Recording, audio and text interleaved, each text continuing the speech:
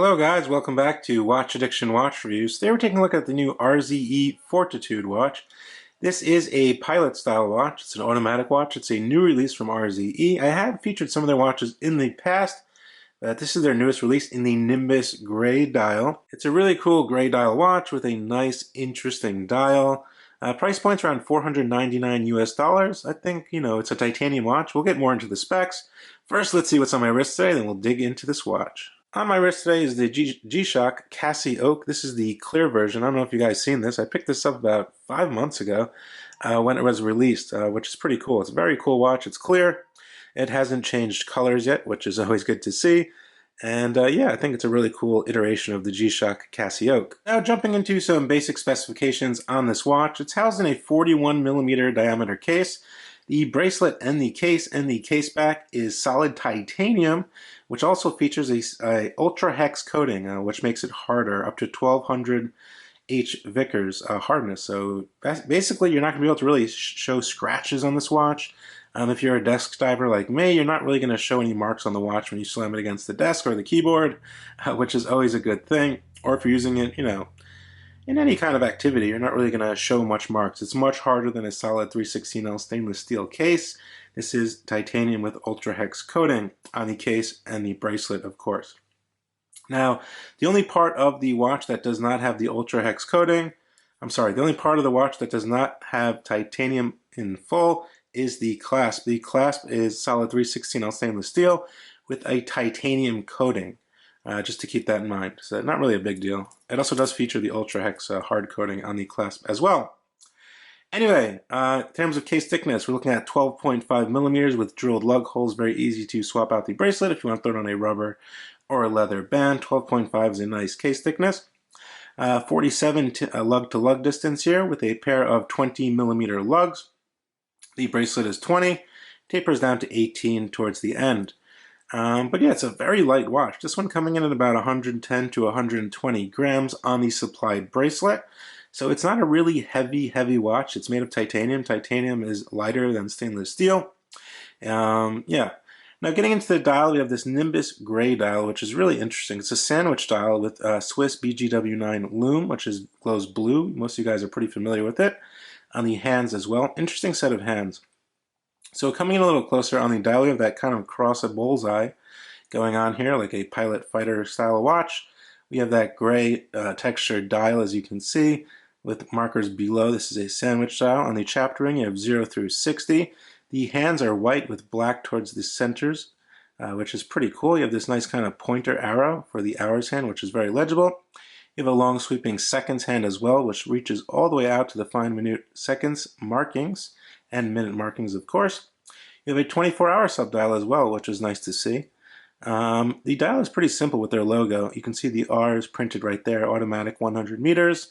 And we have a date cutout at the 6 o'clock position, which is actually really small. You can see it if you look closely. But, most pilots' watches don't really have dates, so maybe they just kind of added that just to have it in case you need it. That's what I was thinking. You can still read it. Obviously, if you're older and you need glasses for close vision, you're probably not going to be able to read it. But if I take the watch and put it closer to my eyes, obviously I can read the date. Date wheel is in gray as well to match the dial. The crown has a nice kind of larger presence to it, signed with their logo as well. Most pilots' watches do have larger crowns. It kind of has that Oris big crown going on with the bezel here, which is scalped along the sides. Obviously, this is not a homage watch or anything like that, but, it just does have that kind of scalped bezel as the Oris does as well with a larger crown. But yeah, it's an automatic watch. It's 100 meters water resistance, like I stated. Now the finishing on the case is pretty much brushed all around, brushed titanium. It's very smooth, no issues there. Coming around here, the lugs kind of come inwards here, and they're very kind of short over here. Not short, but thin, I would say. They kind of come in at an angle over here, which is pretty cool. Pretty typical brushing on these sides of the watch. But yeah, I like that they did drill the lug holes on this model. Very easy to swap out straps. As you can see, the bracelet fits in just perfectly over here. No wiggle room or anything like that. Now, what's powering this watch? Well, we get the NH35. It's an automatic movement, 24 joules, hand winding hacking, beats at 3 Hz, 21,600 beats per hour. What I did notice though, the crown is extremely smooth on this watch. Very good crown action. Very nice pop out, look at that. And there's a little red beneath it. You can see that? I think that's pretty cool. So when you see that, you know your crown is out. Now self-winding is really, really smooth and really a pleasure. I don't know how they got it this smooth, but it feels really, really, really nice. One position out, we can flip through that quick set date. Final position is hacking, we can set the time here. Everything functions as it should.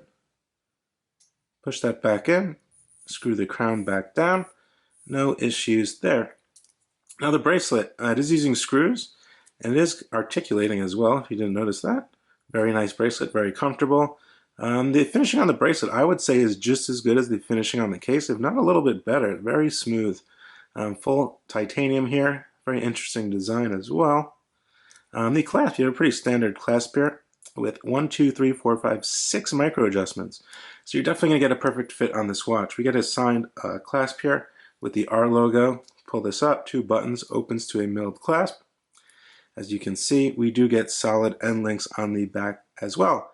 The case back is titanium as well. It does state their logo, titanium, water resistance and such. Very simple, screwed down, and a circular brushed finish. Now heading to Lume on this model, we get BGW9 on the hands and all of the markers.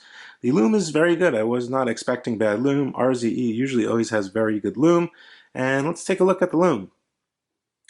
And you can see in front of your eyes the Lume is very bright. It's blue on the hands and the markers and even on the sweeping seconds hand, which is pretty cool. So you get a lumed seconds hand. It's pretty bright. It lasts quite a long time. I think they did a good job, especially for a pilot's watch. You should have good lume on a pilot's watch, and they knocked it out of the park. My wrist is 6.5 to 6.75 inches, and this 47 millimeter lug to lug width fits perfectly across my wrist, as you can see there.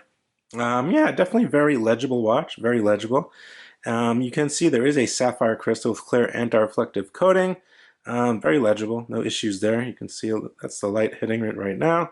Yeah, there is clear anti-reflective coating, so none of that blue shiny stuff on the outside, which is very legible, easy to read at all angles, especially with that sandwich dial. And the bracelet is quite comfortable as well.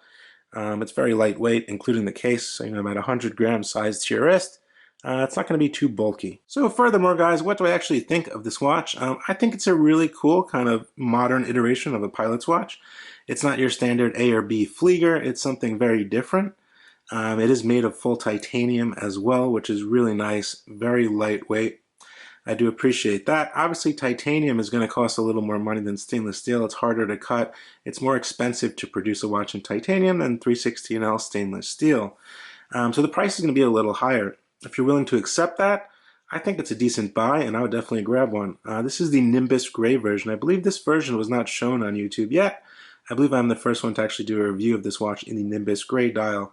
I like the design. It's simple. It's neat. It's very, I wouldn't say simple, but it does have that crosshair. It's a unique design. It doesn't look like a homage or anything like that. It's not trying to copy anything, which is very good in my book. But yeah, legible, clear pilot's watch, automatic movement, sapphire crystal, full titanium case, and you're getting 100 meters of water resistance, which is not too common on a pilot style watch. Most of them are 50 meters, which I've come to realize over the years. For me, most likely I wouldn't buy a watch with 50 meters of water resistance unless it's a dress watch. But for a pilot's watch, I'm always looking for 100 meters, so I'm really happy they did that. You should have no issues taking this one in the water with you or the shower. And also, it's a very well constructed watch. Quality control seems to be on point. The bracelet is nice and comfortable, articulating. And yeah, overall, I didn't find anything wrong with the watch. Everything is functioning as it should. Yeah, I really don't know what else to say. Some changes I would probably do on this watch. It's going to be hard. I kind of have to nitpick here because I'm not really sure. Everything looks pretty put together. Everything matches up nicely. Maybe make the date window a bit bigger. I'm not sure if they wanted to. If they made it bigger, it would look very out of place with the 24-hour dial with the smaller numbers and then a big date window. So I'm not sure about that. Obviously, yeah, maybe that would be up to you. I don't know. Yeah, that's pretty much it. Let me know what you guys think down in the comment section below. This is the RZE Fortitude from Watch Addiction Watch Reviews. I will drop a link to the website down in the description below so you can check them out after this video. And definitely hit the subscribe button. Let me know what you think of it down in the comment section below. smash the like button, let me know what you think, and we'll talk more down there. Alright guys, that's all for today. Bye.